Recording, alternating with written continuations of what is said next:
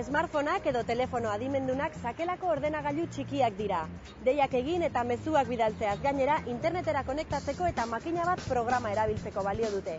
Horregatik, smartphone bat erosterakoan kontuan izan beharreko gauza bat da zein sistema eragiletan oinarritzen den. Beste sistema batzuk badaude ere, gehien erabiltzen direnetako bi izango ditugu gaur hizpide. iPhonearen baimenarekin noski, Android eta Windows Phone 7. Horretarako LG etxearen bi modelo ekarri ditugu. Hau Optimus One da.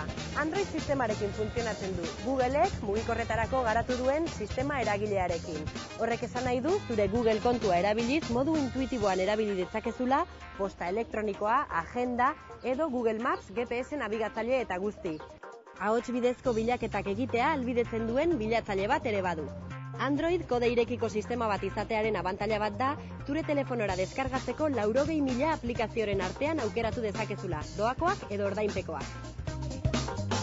Beste hau berriz, Optimus 7 da eta Windows Phone 7 darama, Microsoftek mugikorretarako atera duen azken sistema eragilea. Modelo hau zertxobait profesionalagoa da, eta besteak beste, Excel horriekin eta PowerPointekin lan egiteko aukera ematen du. Gainera, zure Xbox kontsolari eta Zune irakurgailuari konektatzen zaio, zure musika, bideoak eta bideojokoak edozein tokitatik erabili ahal izateko.